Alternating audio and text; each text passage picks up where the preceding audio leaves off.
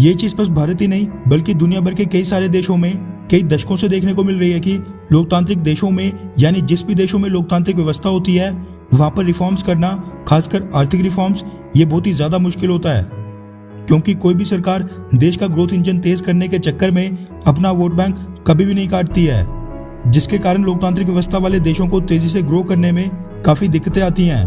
क्योंकि सरकारों के आर्थिक रिफॉर्म्स वाले फैसलों पर उसका कड़ा विरोध होता है, ओपोजिशन उसको घेरता है, सत्ता में बैठी पार्टी अपना पॉलिटिकल फ्यूचर भी देखती है। इन सब के बावजूद और एक विशाल जनसंख्या वाला देश होने के बावजूद भारत ने पिछले 30 सालों में बहुत ही तेजी से तरक्की की है, जिसमें बस एक ही पार्टी की सरकार नहीं बल्कि सबका योगदान है। हाँ, ये डिबेट का विषय हो सकता है कि कौन सी पार्टी की सरकार ने रिफॉर्म्स और काम ज्यादा किया और किसने कम, और किस पार्टी की सरकार के दौरान घोटाले ज्यादा हुए। चाइना जितनी रफ्तार तो खैर हमने अभी तक नहीं पकड़ी है, लेकिन पिछले 30 सालों में भी अब बहुत ही बड़ा अंतर आ गया है। द प्रिंट के हवाले से एक मीडिया रिपोर्ट सामने निकल कर आ रही है, जिसके मुताबिक कई सारे रिफॉर्म्स की बदौलत भारत में जहां पर साल 1991 में मात्र 97 मिलियन के करीब FDI यानी फॉरेन डायरेक्ट इन्वेस्टमेंट आती थी, आज वही साल 2021 में बढ़कर $82 बिलियन यानी 82,000 मिलियन डॉलर तक पहुंच गई है।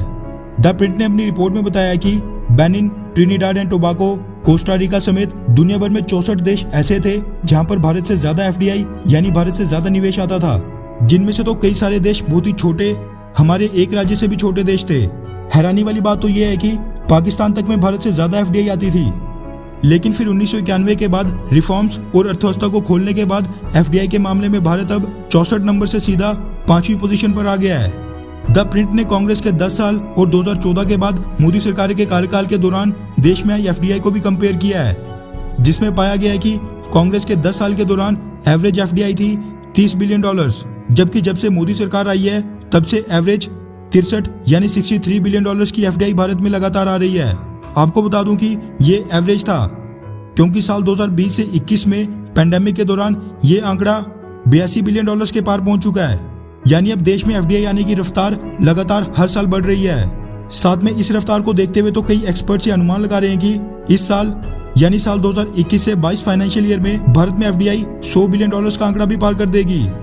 कई वेस्टर्न देश 1991 में भारत का मजाक बनाते थे कि इतना विशाल देश होने के बावजूद, इतने रिसोर्सेज होने के बावजूद भारत सबसे पीछे है, मगर आज उन्हीं देश की मल्टीनेशनल कंपनीज भारत में लगातार निवेश कर रही हैं।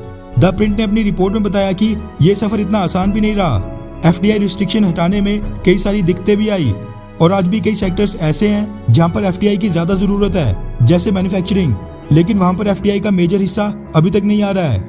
यानी भारत में FDI का अभी भी बहुत ही ज्यादा पोटेंशियल है। साथ में एक और मेजर अपडेट भारत के फॉरेक्स रिजर्व्स को लेकर निकल कर आ रही है, जो कि 16 जुलाई को खत्म हुए हफ्ते में बढ़कर $612 बिलियन पहुंच गए हैं। ये भी बिल्कुल लाइफ टाइम हाई आंकड़ा है।